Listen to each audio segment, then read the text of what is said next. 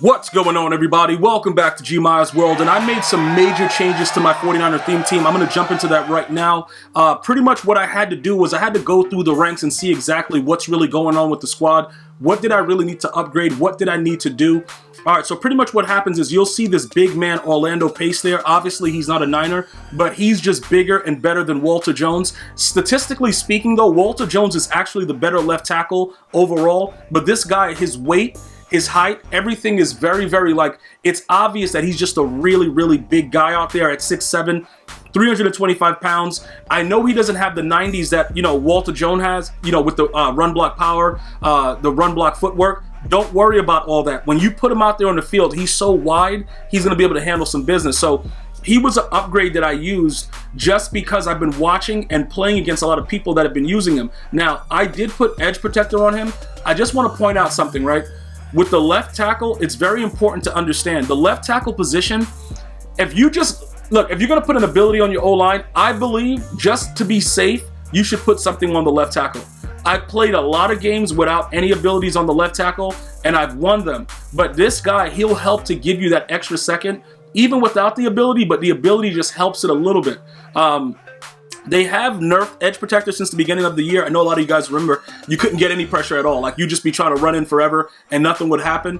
All of that doesn't really matter at this time. All right, you need to focus on getting that done immediately. Get the best left tackle that's available. In my opinion, like I said, because of his height and weight at this time, he and Jonathan Ogden are like must-haves. Because even if somebody sheds, they kind of cheat for them because their bodies are so big. And, Jonathan Ogden, 6'9", he will hold somebody up at the line. So it pretty much works out relatively well. So just, those two guys are there.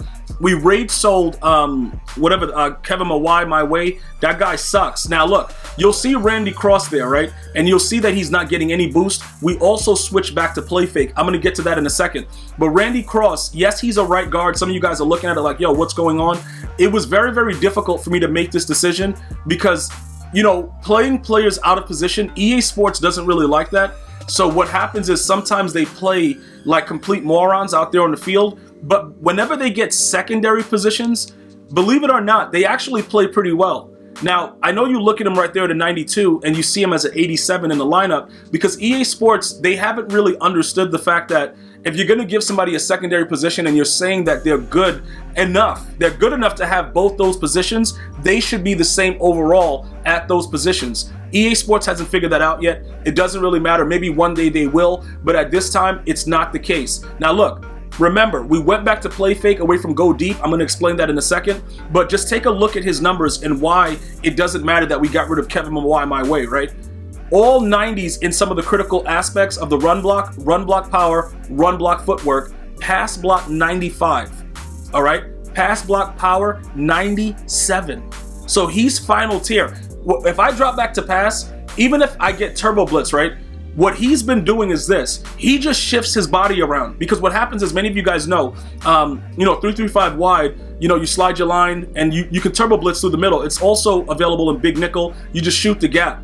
The better lineman, it'll work out if you block the right amount of people. Always remember this though. If you don't block a running back, you're probably going to get sacked with a turbo blitz. Ideally, you want to run play action and just wait a little bit before you cancel it to stop the turbo blitz. But these guys that have better reactions, they're going to be able to move and clog it up a little bit. Because again, EA Sports, because they made it so that the O-line is so smart, sometimes you feel so desperate. You got a turbo blitz, bro. You're just like, you know what? I don't even care. But I'm going to tell you this right now. I have not noticed any differences between he and Kevin Mawai my way, dude. I raid sold him. Slept like a baby. Everything was good. All right. So those numbers are pretty good. If you wanted to keep him at right guard, that's fine. Some of you guys were saying, yeah, Gmia, why don't you move Larry Allen around?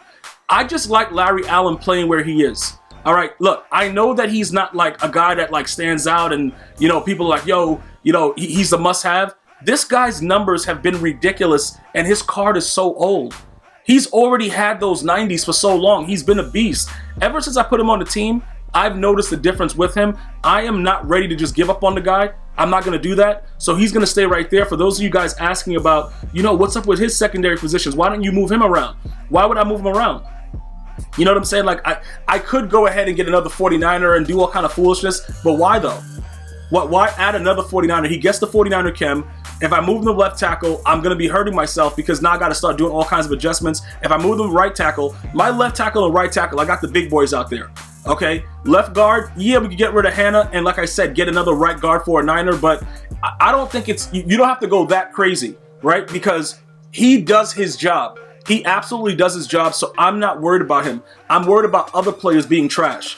All right, that's just pretty much where it is right there. So as far as everybody asking about that, I'm going to keep him there right now. We're like a week and a half, maybe like 2 weeks away from Ultimate Legends, so I'm not really worried about that at this time. So there's really no reason to get rid of Larry Allen at this time. All right, we're at 51 of 50 49ers. There is absolutely zero reason to even bother with this. I would absolutely at this time try out Cross. Randy Cross is decent enough to be utilized in any aspect. I truly believe that. So, you know, even though he has that 87 and it's like, Gmia, what are you doing, bro? The dude's garbage. He's really not, though. You know what I'm saying? And look, you guys know, I'm the first one to tell you if a dude's garbage. Like, I'm not going to hold back. If a dude's garbage, he's garbage. Like, listen, dude, if you suck at the game, you will be removed. A lot of you guys come to the channel for the first time like, yo, I really like the way this guy runs his team. Because this is how I would run a real NFL team. If you are terrible at your job, if you are RG3, I am going to remove you from the team. I'm not going to wait and see like, yo, maybe he'll come. The dude's garbage. Okay, and I know you guys watched that Steelers-Ravens game, and you know RG3 sucks. But that's neither here nor there, dude. What we're talking about right now is the O-line and the play fake. Now, getting back to like the real nitty-gritty over here with the play fake. Gmia, why would you go to play fake from go deep? Why would you switch back? And, you know, why are you going back and forth? What's up with that? What's the impact? Is it something that's necessary for the team? How would you rate it overall with the way your team performs? All right.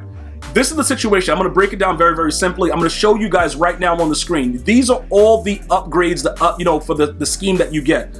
Pass block power, medium route run, throw on the run, play action, catch, throw power, pass block, short route running, medium accuracy, awareness, and stamina. All right? Those are everything right there, right in your face. That's what you get. Okay? It's maxed out. What does it do for the players?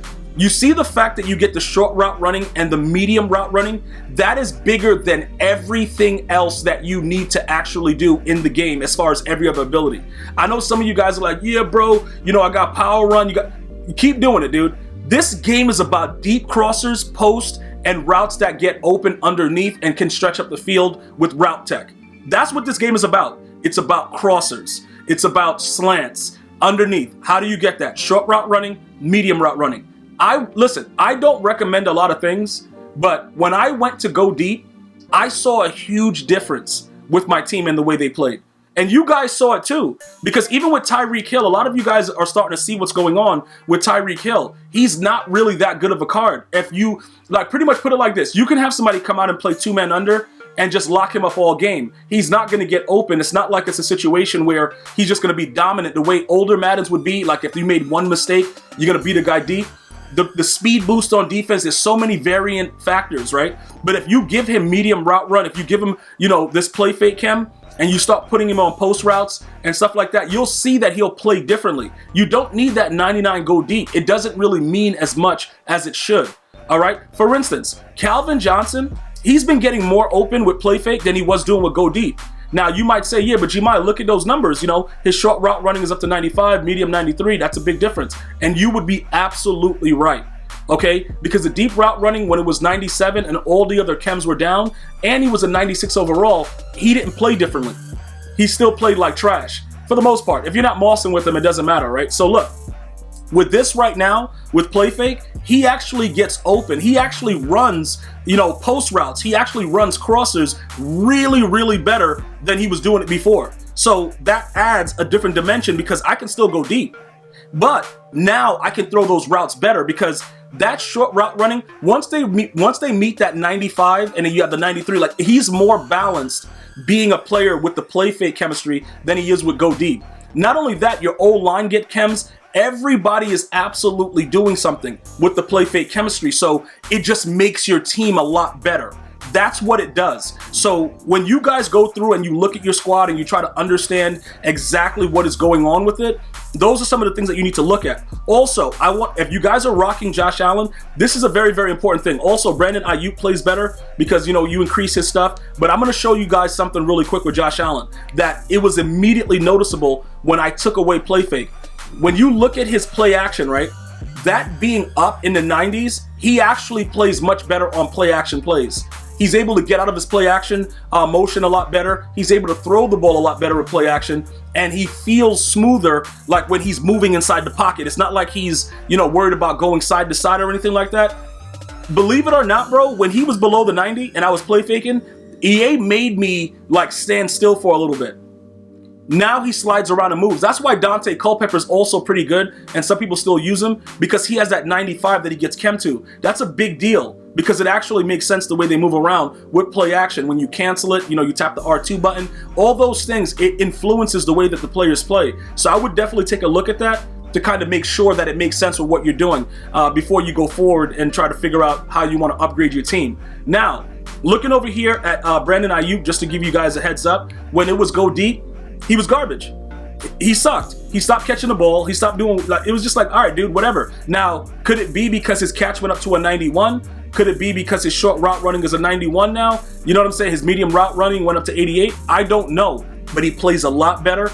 Even with the route technician, it still works out that he plays a lot better for me. I know you guys will feel the difference if you guys try it out and see what's going on. Just wanted to point that out to you guys, that he does have major impact with that. And then finally, Chad Ochocinco. This guy plays out of his mind with play fake. He just absolutely plays out of his mind with play fake, fam. Like, I don't even know what he's doing, but he definitely, you know, whatever the reason is, he plays out of his mind. You know, 95 medium route, 95 short route.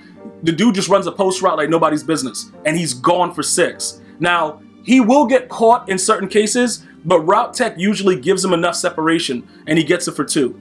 All right, so that's why his card is still up there in price, because people recognize that that guy is always going to be open one-on-one, no matter how you play the coverage. That route tech plus these chems is going to be GG's. So now with this the overall revamping, we've also added Ken Norton Jr., got rid of Ryan Shazier. So, you know, Ken Norton is over there. I know that some of you guys are like, oh my God, the dude's numbers are trash. He's actually stronger than a lot of the other players that are in the game currently.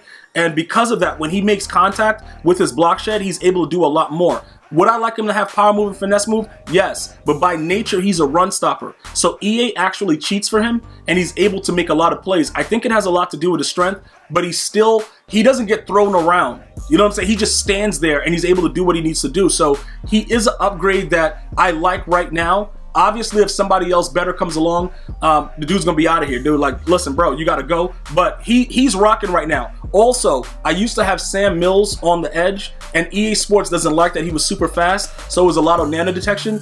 He does not get nano detected because his speed is 90. He just takes his time coming in, and he eventually just mollywops the quarterback. So it works out pretty well in that regard. So, you know, these upgrades and what I've done with the squad, it actually helps out a lot. Also, keep in mind that for some of you guys that are new to the channel and you're wondering, like, how did I get, the 50, whatever, the 51 49ers? Remember, the coach, the uniforms, and the home stadium, it all counts. So when you get the players as well, you know, that's going to be a factor in the way that everything works out for you with you getting those chemistries going. So right now, play fake, lockdown, Niners, and sprinter. That's where we are. We did an overall revamp, and we're ready to rock and roll. I'm going to see you guys and girls next time. Let me know in the comments if you have any additional questions or comments. I'm going to see you guys soon. One love, y'all.